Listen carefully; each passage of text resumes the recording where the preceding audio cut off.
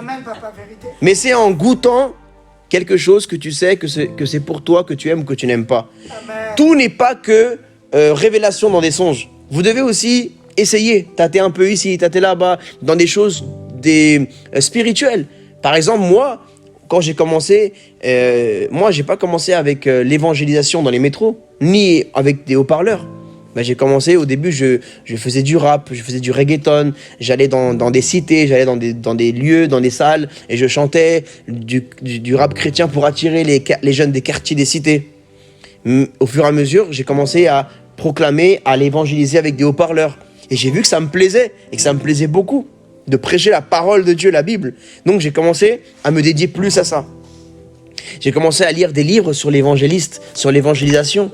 Donc, je vous l'ai déjà dit dans un autre enseignement, si vous êtes attiré par un ministère ou par une vocation, lisez beaucoup à ce sujet-là. Approfondissez vos connaissances et vous allez pouvoir... C'est comme ça qu'on dit, approfondissez, hein? Wow. Ça, c'est l'onction de Dieu. Si ce serait moi, j'aurais dit un truc bizarre là. Alléluia. Donc, l'onction vous gardera dans votre vocabulaire. Mes frères et sœurs, vraiment... Vous ne devez pas être des gens peureux. Vous ne devez pas être des gens qui ont toujours peur de vous tromper. Oui, vous devez avoir la crainte de Dieu et ne pas prendre des décisions à la légère.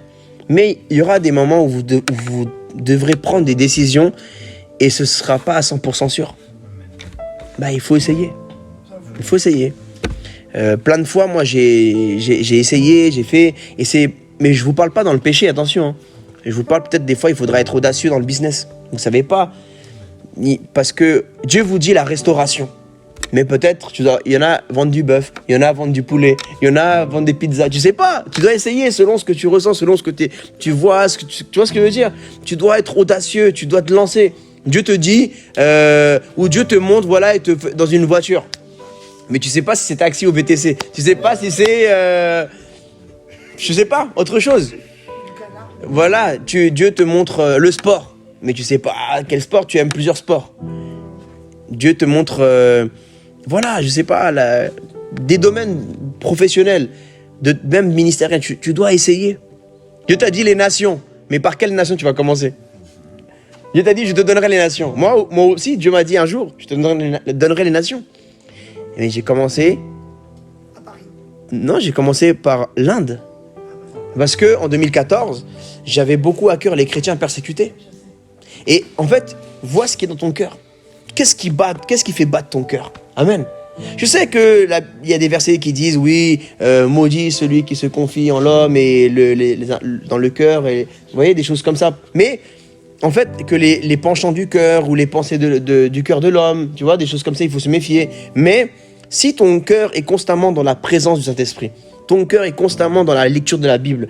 En fait, tu dois veiller à prendre des décisions pendant que tu es en train de prier. Tu dois veiller à prendre des décisions pendant que tu es en train de lire la Bible. Qu'est-ce que tu ressens pendant que tu lis ce verset? Qu'est-ce que tu ressens pendant que tu es dans ce jeûne, dans ce moment de prière? Évite de prendre des décisions quand tu sors de la présence de Dieu. Essaye de prendre des décisions quand tu es en plein dans la présence de Dieu. C'est là où tu dois prendre tes décisions. Moi, par exemple, comment j'ai fait mon premier voyage missionnaire en Inde? J'avais même pas beaucoup d'argent. Mais il y aura des sacrifices à faire. L'onction de Dieu te fera faire des sacrifices pour la gloire de Dieu. C'est l'onction de Jésus qui a donné la force à Jésus de donner sa vie en sacrifice pour l'humanité. Sans l'onction, il serait resté à Gethsémani en train de pleurer. Voilà. Sans l'onction de Dieu, Jésus serait resté à Gethsémani, dans le jardin en train de dire, passe de moi cette coupe, Seigneur, voilà ma volonté, voilà la tienne, laquelle, voilà. Tu passeras toute ta vie à être indécis. Être indécis, le doute. Un homme comme une vague. Une femme, un coup oui, un coup non. Et tu auras peur de te lancer. Et tu auras peur. Non, sois vaillant. Il n'y a qu'une seule vie pour 1 million de rêves, comme on dit. Tu as une seule vie sur terre. Pour 1 million d'âmes à sauver. 1 milliard même. Alors moi, personnellement, je vous dis comment moi j'ai fait mon premier voyage missionnaire. J'avais une petite somme d'argent. Pile poil pour le billet d'avion et rester quelques jours là-bas. Moi, je suis resté 1 mois en Inde. Amen, papa. Et je connaissais personne en Inde. Personne. Et alors, j'avais plusieurs pays que je voulais faire. Alors, premièrement, oui, j'ai fait des songes. Il y a des songes où j'ai vu un jour un jeune Indien qui avait approximativement 9 ans. Il était tout mince et avec des trous dans les vêtements et il m'a dit « Aide-moi si tu veux ». Il m'a pas dit « Aide-moi si tu peux ». Il m'a dit « Aide-moi si tu veux ». Quand je me réveille de ce songe m'a beaucoup impacté. Et j'ai dit, mais c'est vrai, toujours on attend de pouvoir pour faire. Alors que Dieu nous demande simplement de vouloir. Est-ce que tu veux? Comme Jésus demandait à l'aveugle, que veux-tu que je fasse pour toi? Il ne dit pas que peux-tu, qu'est-ce que tu crois que je peux faire? Ou non, il a dit, qu'est-ce que tu veux que je fasse? Dieu te demande aujourd'hui, que veux-tu que je fasse pour toi? Et que veux-tu faire pour moi? Amen. Donc toi, tu dois dire, Seigneur, j'aimerais tant faire ça pour toi. J'aimerais tant que tu fasses ça pour moi, mais j'aimerais tant faire ça pour toi, Seigneur. Et filtre ça par le Saint-Esprit. Quand j'ai eu ce songe, j'ai dit, Seigneur, j'ai pas l'argent pour aider tous les enfants et tout, mais je peux en aider au moins un. Je peux faire quelque chose. Commence par le peu que tu as. Moi, quand j'ai commencé l'orphelinat avec ma femme à Madagascar, j'avais pas l'argent pour recevoir 15 enfants d'un seul coup. Mais j'ai commencé par recevoir un enfant. Ah, j'avais pas l'argent pour acheter tous les lits superposés. Mais j'ai commencé par acheter un lit, un matelas. Peut-être le premier lit, il avait même pas 2 matelas, il avait juste un matelas. J'avais même pas peut-être les coussins. Au début, ils n'avaient pas de coussins, les enfants. Et petit à petit. Amen. Mais tu dois te lancer. Donc, moi, ce qui m'a touché, donc j'ai mis ça devant le Seigneur. Et puis après, j'ai commencé à regarder des vidéos sur les chrétiens persécutés en Inde. Et je voyais ces chrétiens missionnaires qui partaient remplis de l'onction de Dieu et se faisaient frapper. Il y a des vidéos sur YouTube, vous allez voir. Regardez ça, ça va vous faire, ça va vous mettre les pendules à l'heure. Souvent, nous, les chrétiens d'aujourd'hui, du 21e siècle, on est des chrétiens d'Hollywood. On veut, je vais devenir pasteur pour être riche, pour prêcher dans avoir la méga church, aller prêcher dans toutes les églises là-bas, faire ci, faire ça, que tout le monde me voit, que tout le monde m'acclame, je veux être... Mais pourquoi tu veux pas vivre comme Jésus? Amen. Et dans les vidéos, il disait, qui ressemble plus à Jésus? Les pasteurs que nous voulons ressembler? Ou ces missionnaires qui se font frapper, tuer, brûler même? À cause de l'évangile. Amen. Veux-tu ressembler à Jésus ou veux-tu ressembler à un homme? Je ne dis pas qu'on va tous mourir comme ça. Mais l'intention de ton cœur, pourquoi tu vas quelque part? Pour la gloire ou pour ta gloire ou pour la gloire de Jésus? Il y a des choses que Dieu va te demander de faire. Oui, tu prospéreras financièrement et peut-être dans l'impact que tu auras. Mais il y a des choses, tu ne verras pas le résultat financier. Tu ne verras pas forcément l'impact dans ta renommée. Et peut-être ta chair va te dire, mais j'ai fait ça pour rien, j'ai gaspillé de l'argent pour rien. Non, non, non, non, non. Tu as fait ça pour la gloire de Jésus. Amen, papa. Il y a eu du résultat parce que le résultat, il n'est pas charnel, il est spirituel. Amen. Moi, je suis revenu de l'Inde sans aucune offrande. Hein. Il n'y avait pas d'offrande, j'ai prêché dans aucune église. Mais j'ai parlé de Jésus aux personnes que Dieu a mis, que Dieu m'a permis que je peux leur prêcher. Parce que là-bas, c'est pas comme ici, tu peux sortir dans le métro et non. Là-bas, il faut être avec sagesse. Amen. Parce que là-bas, les gens, ils n'ont pas la même notion de la mort qu'ici, tu vois. Ils peuvent te prendre dans la rue et te taper et te tuer, et te laisser comme ça par terre. Tu sais, là-bas, en Inde, imaginons qu'il y a un gars qui fonce avec une voiture et qui percute quelqu'un. S'il meurt là, le chauffeur, ils vont le tuer. Dans la rue, comme ça, ils vont le poursuivre, ils vont le sortir de la voiture, ils vont le taper, ils vont le tuer, tout le peuple, les gens de la rue. S'ils ne s'arrêtent pas. C'est comme ça. Donc, il y a des pays où Dieu va t'envoyer, tu devras t'adapter à la culture, tu devras être sage et prudent. Amen. Donc, moi, pour ma part, j'ai vu une vidéo qui m'a touché, personnellement, parce que j'ai vu des chrétiens missionnaires retourner d'une mission, plein avec des bleus, avec des coupures dans le visage, dans le corps, en train de pleurer dans le bus. Et il disait vraiment que la seule chose qu'il nous demande, c'est des prières. Amen. Tu vois, ils ont dit, qu'est-ce que vous voulez que les gens de l'Occident, les chrétiens d'Occident fassent pour vous? Et ils ont dit, tout ce qu'on demande, c'est qu'ils prient pour nous. Que la foi ne nous manque pas. Qu'on ait du courage encore pour prêcher l'évangile de notre Seigneur Jésus-Christ. Waouh! Et nous, si on nous demande qu'est-ce qu'on veut, je veux un iPad, je veux un iPhone, envoyez-moi de l'argent pour des offrandes ou faire ci ou non. Eux, ils veulent des compris pour eux. Amen.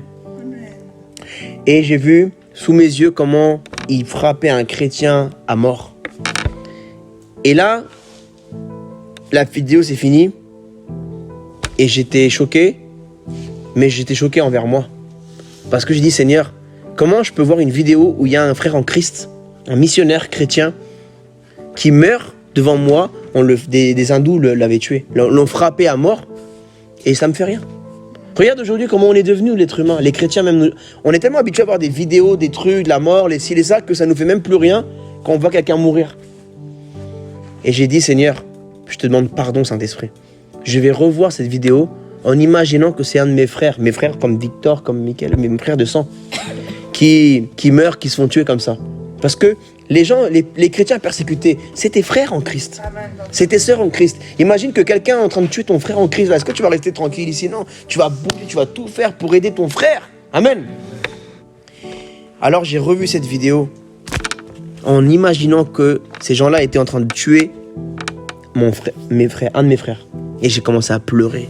Et j'ai dit, Saint-Esprit, envoie-moi. Envoie-moi pour aider mes frères en Christ. Comment je peux rester là, dans mon confort, en gaspillant mon argent, mes euros ici, dans des futilités, alors que je pourrais tellement aider de mon temps, de mes finances, dans un de ces pays persécutés. Et j'ai été révolté à l'intérieur de moi. Mais j'ai pleuré. Et j'ai pris ce soir-là la décision de partir en Inde. Et je suis parti en Inde pendant 1 mois. J'ai appris beaucoup l'anglais. Parce que c'était soit l'anglais, soit l'hindi. Namaste. Firmilenge, enchanté. Meraname Semayas. Je m'appelle Semayas. Ça, c'est le hindi. J'ai appris des paroles. J'ai appris de l'anglais. J'ai perfectionné beaucoup mon anglais. Good morning. Alors, franchement, ça a été une très belle mission. Et puis après, bam, je reviens. Je coffre. Quelques années plus tard, Dieu me montre aussi. Voilà, je voyais les avions passer. Dans mon travail, là où je travaillais, je voyais des avions passer et je disais, je cherchais la présence de Dieu. J'étais dans l'hôtellerie. J'étais veilleur de nuit. Et parfois, dans la nuit, je sortais de l'hôtel et je regardais juste devant l'hôtel, je regardais les étoiles, comme Abraham, il s'accrochait aux promesses de Dieu dans sa vie. Je vais bientôt finir. Et je voyais les avions passer, tac, tard le soir, la nuit, 1h du matin, minuit, 11h, tac, 23h. Et je disais, Seigneur, un jour je serai dans ces avions-là et je déclarais, je serai dans ces avions pour aller dans le monde prêcher l'évangile pour ta gloire. Amen. Et j'ai commencé à mettre de côté, j'ai mis de côté. Moi, mes missions, c'est pas les gens qui m'ont payé, hein. C'est moi de ma poche que Dieu m'a fait grâce de travailler à la santé, la force pour travailler, avoir sueur de mon front et avoir l'argent pour investir dans mes voyages. C'est moi qui ai cru en moi avant que les gens croient en moi. Amen. Toi, le premier qui a cru en moi, c'est Jésus. Le premier qui croit en toi, c'est Jésus. Après, c'est toi qui dois croire en toi. Après Dieu, c'est toi. C'est-à-dire, si tu crois que tu as un grand appel, tu dois investir dans ton appel. Si tu crois que tu as reçu un talent, tu dois toi-même investir dans ton talent. Moi, j'ai cru que j'avais reçu quelque chose de Dieu. Mais j'étais monsieur tout le monde. Je suis encore, entre guillemets, monsieur tout le monde. Mais j'ai décidé de ma foi, elle n'allait pas être celle de monsieur tout le monde. Amen. Amen. Tu dois décider que ton pardon ne soit pas le même pardon que tout le monde. Ton humilité ne doit pas être la même humilité que tout le monde. Si tu veux aller plus loin que les autres, tu dois faire plus que les autres. Amen, papa. Alléluia, tu dois croire plus que les autres. Tu dois t'humilier plus que les autres. Dieu te demandera de pardonner plus que les autres. Jésus, il a dit à Pierre, m'aimes-tu plus que ceux-ci? M'aimes-tu plus que eux? Tu vois? Tu dois montrer ton amour à Jésus plus que ceux, même des disciples qui sont à côté de toi, à gauche et à droite. Donc, voilà. Au bout d'un moment, Dieu a commencé à mettre sur mon cœur, bam, bam, bam, l'Amérique du Sud, le Brésil. Mais je connaissais personne au Brésil. J'ai commencé à, bouche à oreille autour de moi. Ah, on m'a dit, il y a quelqu'un au Brésil, je connais un ami à moi, il peut te recevoir et tout. J'ai pris un jour, tac, rempli d'esprit, je venais de prier. J'ai pris mon billet d'avion et j'ai dit, allez, je vais aller au nom de Jésus. Et je suis parti 15 jours au Brésil, à Sao Paulo, alors que je parle même pas le brésilien, je parle même pas le portugais. Je suis arrivé là-bas, la personne m'a traduit, parce que je parle espagnol. Et j'ai commencé à prêcher dans les rues. Alors il me disait, ici c'est pas comme en France, ici on peut pas prêcher dans le métro. J'ai dit, mais qu'est-ce que tu me racontes mon frère? C'est toi t'es au Brésil, moi je suis dans le pays athée, laïque. C'est vous on peut ici, c'est moi on peut pas là-bas, mais je le fais quand même. Mais j'ai dit, tu crois qu'on peut pas prêcher au Brésil dans les métros? Il avait jamais vu ça. Mais j'ai dit, viens avec moi, montre-moi où est le métro. On a pris les métros, on a prêché. Il m'a dit, je savais même pas qu'on pouvait prêcher le métro dans mon pays. Dans la rue, il y avait les policiers, les militaires, on leur prêchait l'évangile. On allait dans les favelas, on prêchait l'évangile. Il a dit, j'ai jamais vu ça. Pourtant, j'ai reçu des prédicateurs. J'ai jamais vu quelqu'un qui va autant dans la rue, dans les métros comme toi. J'ai demandé où est-ce qu'il est le quartier musulman de Sao Paulo. Ah, il m'a dit, il est là-bas, le quartier libanais. Emmène-moi là-bas devant la mosquée de Sao Paulo. Je suis parti devant la mosquée de Sao Paulo, j'ai prêché l'évangile dans le quartier de Sao Paulo musulman. Donc, il faut que tu sois audacieux et audacieuse. Si tu veux faire des grandes choses, il faut que tu sois audacieux Qui a des rêves ici? Lève la main. Mais tu Amen. sais qu'un rêve qui ne se réalise pas devient un cauchemar. Si vous avez des rêves dans vos vies, donnez tout pour réaliser vos rêves. Mais sinon, ça va devenir un cauchemar dans votre vie. Vous allez arriver à 50 ans, 60 ans, vous allez dire j'avais tel rêve quand j'avais 15 ans, 20 ans et je ne l'ai pas accompli parce que je croyais que j'avais pas la possibilité, j'avais pas assez d'argent, je ça se faisait pas. Moi, quand j'ai commencé à évangéliser, même aujourd'hui, il y a plein de pasteurs qui sont pas d'accord avec moi. Mais il dit, mais celui-là, il est fou, il prie, il crie comme un malade, il fait ci. Mais il y a des âmes qui sont sauvées, il y a des malades qui sont guéris, il y a des possédés qui sont délivrés, il y a des chrétiens qui sont impactés et encouragés à faire la même chose dans leur pays. Ça ramène un réveil spirituel. Donc, voilà, Jésus lui-même, dans sa génération, l'onction que Dieu a mis dans sa vie, ça ne plaira pas à tout le monde, ton onction. Ton onction ne plaira pas à tout le monde. Peut-être ton onction, c'est fortement dans la guérison. Il y en a, ils vont dire, ouais, mais pourquoi il veut toujours guérir, lui? Pourquoi il veut toujours guérir? Ah bon? On va voir quand ta mère sera malade si tu ne pourras pas la guérir. Celui qui dit contre la guérison, il n'a jamais eu quelqu'un de sa famille qui l'aime, qui est en train de mourir dans un lit d'hôpital. Si un membre de ta famille a un cancer, a une maladie grave, tu ne vas pas vouloir le guérir au nom de Jésus. Amen, amen, amen. Mais quand tu dis non, ceux qui guérissent, ceux qui prêchent trop la guérison, ceux qui prêchent trop la délivrance, ah bon? Tu sais c'est quoi d'avoir quelqu'un dans ta famille qui a un esprit de folie? Tu sais c'est quoi d'avoir quelqu'un dans ta famille qui a un autisme? Tu sais c'est quoi d'avoir quelqu'un dans ta famille qui a des esprits bizarres dans leur vie, qui n'arrive pas à dormir, qui est insomniaque, qui est dépressif? Non, parce qu'avant de vouloir l'onction de la guérison, il faut avoir l'amour pour les malades. Avant de vouloir l'onction pour la délivrance, il faut avoir l'amour et la compassion pour ceux qui sont tourmentés par les démons. Moi, qu'est-ce qui m'a poussé à aller dans le métro? À me faire insulter, je me suis même déjà fait cracher au visage, insulter, méprisé. Combien de fois on m'a pas traité ma mère? Tout le temps, on m'a insulté, on m'a méprisé, poussé, bousculé, tout ce que tu veux. Mais c'est parce que j'ai été inspiré par Jésus quand il a dit « Jésus pleura, il fut ému de compassion ». Quand je vois ces wagons remplis, moi je vois des gens qui vont en enfer remplis comme ça, entassés dans des wagons. Et je dis « Seigneur, je veux être ému de compassion pour ces gens-là ». Mais je vois les mêmes gens que vous. Mais j'imagine par mes yeux spirituels où vont aller tous ces gens qui sont entassés dans ces wagons-là. Comme ils sont entassés dans leurs wagons comme ça, le diable, j'ai l'impression que chaque 2 minutes, le diable envoie des gens en enfer comme ça. Tac, ils arrivent, tac. Celui qui descend pas du train de la mort, là, du péché, il reste dans le train du péché, il va en enfer comme ça. Donc c'est la compassion. C'est la compassion pour les Indiens qui m'a mené en Inde. C'est la compassion pour les Brésiliens. Mais en vérité, je te dis, il n'y a pas un pays qui a besoin plus de l'évangile. Tout le monde a besoin de l'évangile. Les gens me disaient, mais pourquoi? Ils critiquent, ouais, mais toi, tu cherches la gloire, tu veux aller au Brésil, là-bas, il y a déjà l'évangile. Ah bon? Est-ce qu'il y a les narcotrafiquants qu'il y a ici, là-bas, ici, là? Tu vois combien de gens meurent tous les jours là-bas? Tu vois combien de prostitutions il y a? T'as pas vu, il y a des quartiers entiers où on appelle ça Crackland. Pire que Stalingrad. Stalingrad, c'est rien. 2000 drogués à ciel ouvert comme ça, à Sao Paulo comme ça, qui se piquent comme ça, qui tuent des gens. De la prostitution à ciel ouvert. Une prostituée, même si elle est chrétienne, elle va au paradis ou en enfer? En enfer. Un narcotrafiquant qui tue des gens, est-ce que tu crois qu'il va, même s'il parle Jésus, s'il ne s'est pas repenti de son péché, il va en enfer? Mais qui va lui prêcher? Qui va rentrer dans une favela pour aller prêcher à ce narcotrafiquant? Moi, je suis rentré dans une favela et j'ai prêché une bande de jeunes. 2 minutes plus tard, ils ont réussi à faire la prière du salut. Je les ai mis en cercle grâce à Dieu. L'onction de Dieu sur ma vie a permis que ces personnes me respectent parce que j'ai ramené le nom de Jésus-Christ. Et peut-être j'ai dit, ces gens-là, ça se trouve, ils vont me racketter. Je risquais de me faire racketter. Je risquais même de me faire tuer. Mais la compassion, l'amour que j'avais pour ces gens-là m'a poussé à mettre ma peur de côté et dire si je dois mourir ici. Et c'est là qui m'a inspiré pour sortir le son l'esclave du Messias. Je rendrai mon dernier souffle dans la ruelle d'une favelas, tu vois, ou dans un métro de Paris en prêchant le nom de Jésus. Bah, c'est parce que je l'ai vraiment vécu. Tu vois, les gens ils se disent ils parlent de favelas, mais je suis parti dans des favelas.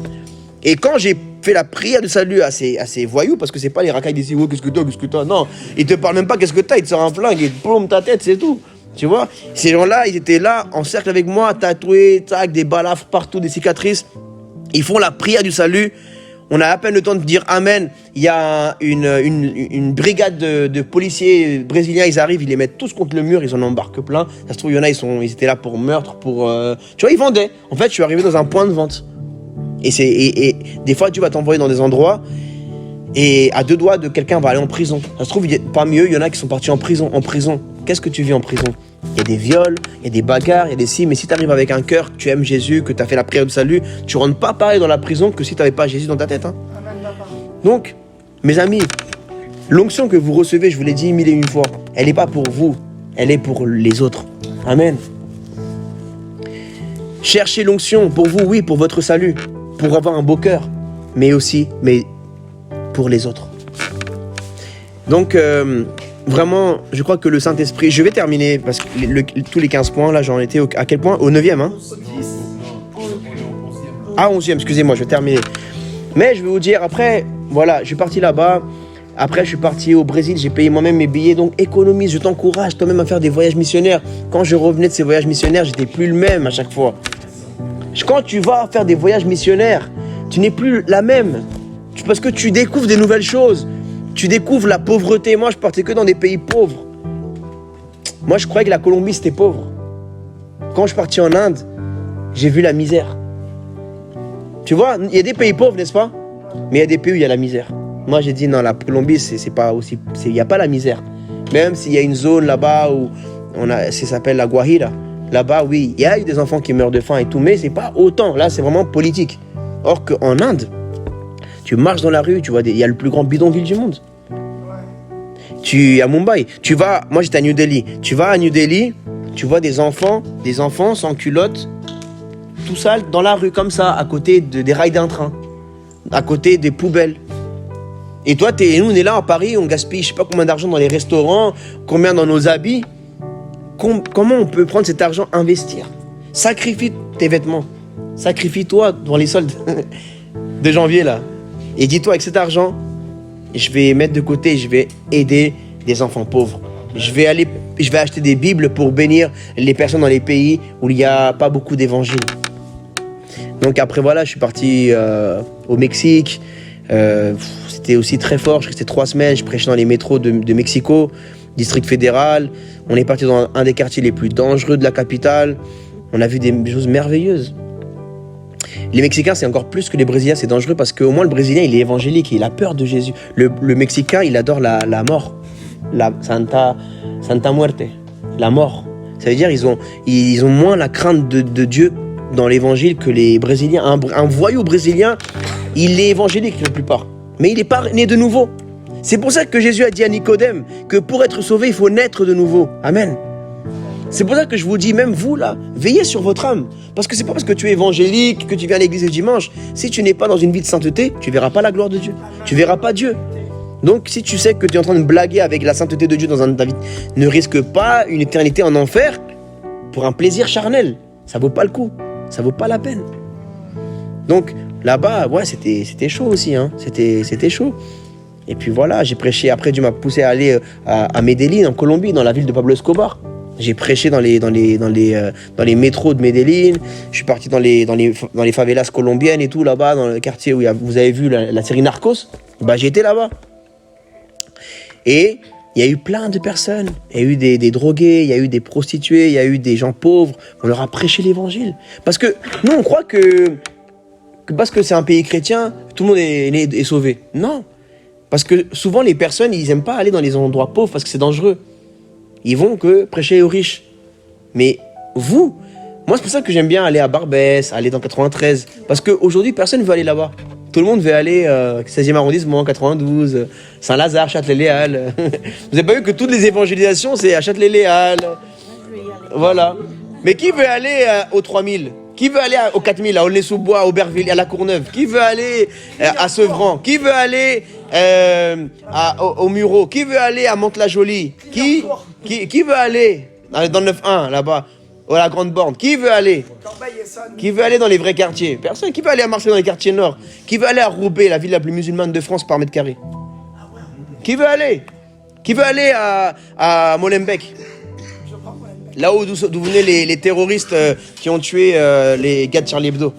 Et ben moi Saint-Esprit m'a emmené à Molenbeek. Et je suis parti là-bas à Molenbeek avec mon parleur et j'ai fait le tour du quartier. À Molenbeek, je suis parti à Roubaix, je suis parti dans les quartiers nord de Marseille. Même Mathieu était avec moi. On est parti.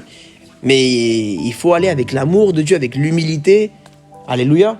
C'est l'onction de Dieu dans votre vie. C'est l'onction de Dieu te donnera du courage pour accomplir des grandes choses pour Dieu. Mais si vous n'êtes pas des fous pour Dieu ou des folles pour Dieu, on va se revoir dans 20 ans et je vais te dire, t'as fait quoi pour Dieu? Ah ben non, j'ai fait des réunions, j'ai organisé, on a mangé des gâteaux. Hein? Dans 20 ans, tu veux faire quoi? Tu veux être où dans 20 ans?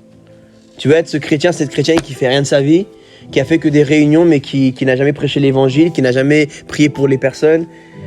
Chrétien religieuse d'aujourd'hui, qui va de conférence en conférence, qui c'est des obèses spirituels. Tu sais qu'il y a l'obésité spirituelle. Il y a l'obésité spirituelle. Tu fais que manger. On te voit dans toutes les conférences. Comme j'ai dit là, je vous vois partout. Dans toutes les conférences, on vous voit. Par contre, quand on dit, viens, on va donner à manger, j'espère vous voir, bande d'escrocs, vous là. Vous qui allez dans toutes les conférences là, pour chercher le mariage là. Je veux vous voir à la maraude de ce jeudi soir là. Je veux tous vous voir. Vous qui voulez aller aux méga conférences là. Il y a des chocolats jeudi soir. Alléluia. Je vais vous voir dans le froid aussi avec moi, ou dans les métros. Alléluia. 11e point, donc je l'ai fait l'11e point. L'onction fera en sorte que vous développiez une puissante relation avec Dieu.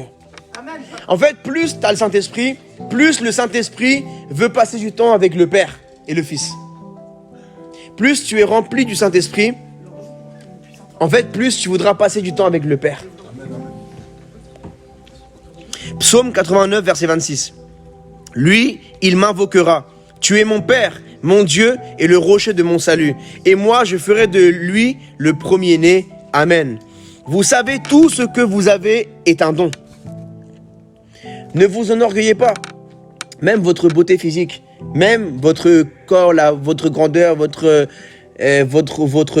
talent dans la musique, dans le sport, dans le dessin, dans tout. C'est un cadeau de Dieu, c'est un don que vous ne méritez pas. Le salut, c'est un don. La santé que vous avez, c'est un don. Vous ne méritez pas d'être en bonne santé. Des gens le méritent plus que vous, ils sont malades. C'est pas quelque chose qu'on mérite, c'est une grâce, c'est un cadeau divin de Dieu. Des gens méritent plus d'être sauvés que vous et moi. Ils ne le sont pas. Parce que ce n'est pas parce qu'on mérite, c'est par la grâce de Dieu. Tout n'est que grâce, mes amis. En fait, demandez beaucoup la grâce de Dieu dans votre vie. Pour les affaires, pour les finances, pour la vie sentimentale, demandez la grâce de Dieu dans votre vie. Amen, papa. Le plus grand cadeau qu'une personne puisse recevoir est d'avoir une relation étroite avec Dieu. David en était conscient et chérissait sa capacité à avoir une relation avec Dieu.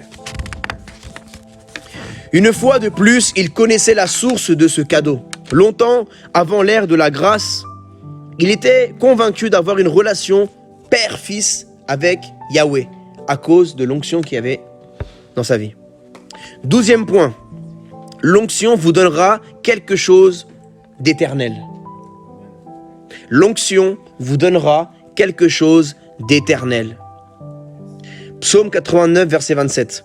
Et moi, je ferai de lui le premier-né, le plus élevé des rois de la terre. David était conscient qu'il recevait quelque chose de plus précieux que ceux que les rois de la terre avaient. Quelque chose d'éternel, quelque chose de réellement précieux. L'onction fera en sorte que votre vie ait une valeur éternelle. Votre ministère portera du fruit au-delà de cette terre et jusque dans l'éternité à cause de l'onction de Dieu dans votre vie. Amen. Quelle est la différence entre le roi David et le roi Toutankhamon, le roi Alexandre le Grand, Napoléon Bonaparte, Charlemagne, Gengis Khan, des grands rois, Cyrus, Darius, tous ces grands rois qui peut-être ont eu plus de bâtiments, plus de peuples que le roi David. Tous ces gens-là avaient des grandes armées, avaient peut-être des grandes choses politiques. Ils ont bâti des pyramides, les jardins de Babylone. Ils ont fait des grandes choses, mais ils n'avaient pas l'onction. Ils n'avaient pas le Saint-Esprit. Ça veut dire aujourd'hui, les gens de ce monde les glorifient. Ah, combien de documentaires, de films ils n'ont pas fait sur les Égyptiens, les pyramides. Ah oui, que les pyramides, que les Égyptiens, les idolâtres. Les gens les idolâtrent. Les Babyloniens, les Perses, les peuples, les civilisations. Mais tous ces gens-là, quand la fin de ce monde viendra, on les oubliera. Mais le roi David, lui, on va le retrouver dans le ciel. Amen. Parce qu'il avait quelque chose de différent que les autres gens de son époque. Toi, tu ne seras pas un entrepreneur comme les autres, ou une entrepreneuse comme les autres, tu seras une entrepreneuse sauvée, ointe et oint.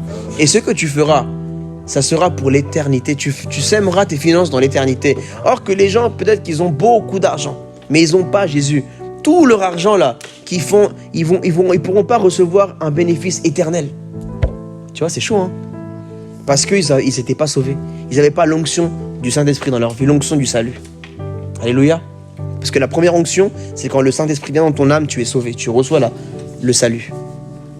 Donc, l'onction de Dieu dans votre vie fera que ce que vous faites est éternel. Ce n'est pas éphémère, ce n'est pas en vain. Vous ne travaillez pas en vain. Nous, les chrétiens, on ne travaille pas en vain.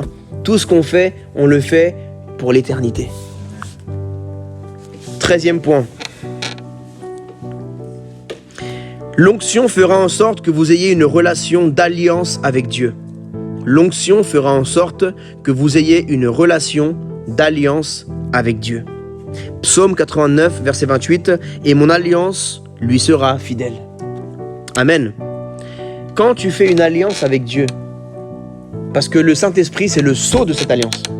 Dans le monde spirituel, le diable sait qui est sauvé. Vous savez comment? Parce que nous, on a une marque. On a une marque dans le monde spirituel, nous. Parce qu'on a la marque du Saint-Esprit. Et le diable sait qui sont les enfants de Dieu à cause de la marque du Saint-Esprit. Et qui ne sont pas les enfants de Dieu parce qu'il n'y a pas la marque du Saint-Esprit. Ils ne sont pas scellés. Donc, quand tu as une alliance avec Dieu, par son Fils Jésus-Christ, parce que c'est par le Fils que tu as une alliance avec le Père. Mais alors, cette alliance, elle te garde. Même comment le roi Salomon a été gardé. Il aurait dû mourir à plein de reprises, on aurait dû lui enlever son trône. Mais Dieu lui a gardé son trône par l'alliance qu'il avait avec son serviteur David. Et même le peuple d'Israël a été gardé combien de fois par l'alliance qu'il avait fait avec Abraham. Dieu gardera tes enfants par l'alliance qu'il a fait avec toi. Dieu gardera ta femme, mon frère, même si ta femme commet une erreur et Dieu va la punir. Ou ton mari, ma sœur. Et bien par l'alliance que Dieu a avec toi, il gardera ton épouse. Parce qu'il garde l'épouse du oint. Il garde l'époux de la ointe. Ton onction protège même ta femme, mon frère. Ton onction protège même ton mari, ma sœur. Ton onction, ton alliance protège tes enfants. Amen. Et même quand il se passe quelque chose de grave, ne dis pas Dieu m'a oublié. Dieu sait ce qu'il fait. Dieu sait ce qu'il fait.